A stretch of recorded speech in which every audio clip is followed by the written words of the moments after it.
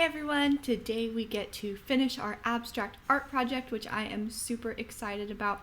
It's going to be super fun. All you're going to need are your watercolors, but make sure you have your page done from last week. If you haven't finished it yet, go back and look at the last video first. I'm ready and I can't wait to get started. Let's do it. Last week we learned about Kandinsky's artwork and saw some pictures, so this time I want to show you what your artwork might look like when it's done. We're going to have warm color shapes and cool colors in the background. We have two goals for the day. The first goal is to still keep using shape in our artwork, but this time we're going to go around the shapes as we paint. We also need to know the difference between warm and cool colors. This time we are going to fill our background in just with cool colors, and that is green, blue, and purple. Before we get started today, you'll need to make sure you have your watercolors set out, even though we're only using the cool ones, plus your watercolor brush and a water cup.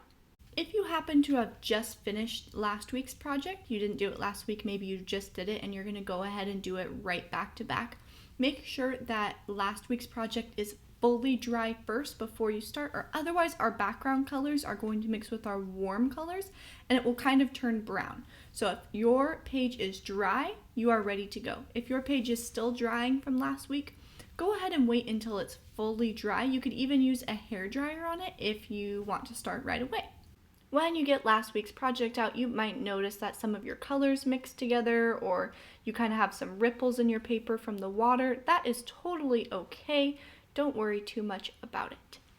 Now we can go ahead and get started. I'm going to wake up my blue first. We're using blue, green, and purple. The purple's right here. It almost looks like black. It's next to your red. That is actually your purple color, but I'm going to start with blue because I already woke it up, and I'm going to nicely go around my shape that I have here. You are going to choose one shape and go around it in whatever color, whatever cool color you choose, blue, green, or purple.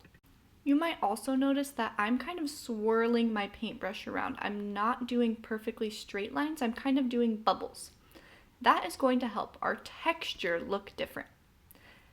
Now that I've finished coloring that, every single time I run into a new line or a new shape, I'm going to change the cool color. So I started to get really close to these lines over here, so I switched to a new cool color, which is purple. You're going to want to make sure they touch each other. You do not need to mix your paints in your paint palette. I'm only clicking purple, but after I've done the purple, I can kind of go over my blue a little as long as I rinse off my paintbrush first. Now I thought, oh, I have two lines here, so maybe I will move to green for the second line, so that way every single time I really am switching my colors. You are going to do this for the rest of your background, adding those little swirls and being very careful to not go over the top of your shapes, while also making sure that you are blending your colors just a tiny bit. If you get to a part that has a lot of different lines, you don't have to switch it every single time because we really only have 3 colors to choose from, but just really make sure that you're not putting the same color too much. Try and make it even. Let me move my paper down. You can see I'm doing a lot of green and blue, and I did some purple, but I didn't switch it every single time I did one of those lines right there. I'm adding some green here to make it look like the purple doesn't go together as much, and that is it. And that's it for your abstract art project. Make sure you put this somewhere to dry where it's really safe. Make sure your water on your paper also isn't going to move all around. Carry it really nice and flat wherever you're going to let it dry, so that way it doesn't roll over the top of the shapes that you just really nicely outlined in paint. I hope you had fun, and I can't wait to see you for next week's project. See you later.